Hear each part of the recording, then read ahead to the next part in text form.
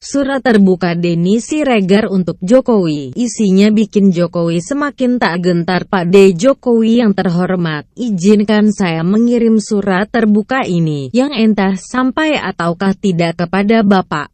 Tapi lebih baik mengirim surat terbuka dengan kemungkinan dibaca oleh ajudan Bapak yang berpikiran terbuka daripada melalui surat tertutup yang rawan dibuang ke tempat sampah. Pak D. Jokowi, saya sangat paham situasi yang sedang Pak D alami terkait situasi Ahok. Gitu banyak bisikan yang sampai ke Bapak dan sebagian berisi tekanan supaya Pak D memaksa Ahok untuk mundur dari pilkada. Mereka memang selalu memaksa Pak D memakan buah si malakama, karena apapun yang Bapak putuskan sejatinya mereka berharap akan menjebak Pak D dalam perangkap yang lebih dalam. Tetaplah berada pada rel konstitusi, Pak D. Biarkan hukum yang bicara, karena jika hukum terjaga, secara akal sehat tidak ada yang namanya penistaan agama. Jangan pernah biarkan ada hukum lain yang berbicara di atas hukum negara. Jika kita menyerah dengan tekanan mereka, maka kita akan mencatat sejarah buruk bahwa terjadi diskriminasi dalam demokrasi. Tolong dipikirkan kecemburuan agama lain ketika mereka merasa tidak mendapat tempat di negara ini secara adil. Mereka akan bereaksi dengan menekan agama yang minoritas di wilayah mereka.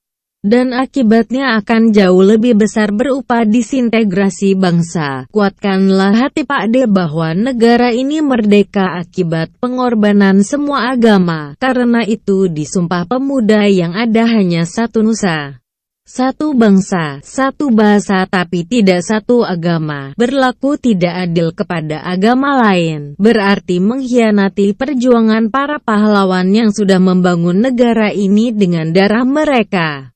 Ambillah keputusan terbaik Pak D, dan saya yakin Pak D seperti biasa mampu keluar dari tekanan ini. Saya hanya ikut menguatkan saja. Lebih baik kita melawan radikalisme dengan bersatu daripada mengikuti kehendak mereka. Saya yakin, ketika kita bersatu maka musuh kita hanya satu. Tapi ketika kita salah mengambil jalan, maka kita akan terpecah dan saling bermusuhan antar anak bangsa. Pak D. Jokowi yang terhormat, resiko apapun akan kita hadapi bersama. Jika memang harus seperti Suriah, biarlah seperti Suriah. Mungkin lebih baik gitu daripada harus menyerah. Mungkin harus gitu, supaya kita bisa mengambil pelajaran darinya. Ambil keputusan terbaik dan serahkan pada Tuhan segala hasilnya. Terima kasih sudah menjadi presiden kami. Sudah lama kami tidak punya pemimpin di negara ini dan tolong jangan hancurkan harapan kami. Dari saya, seorang anak bangsa yang beragama Islam.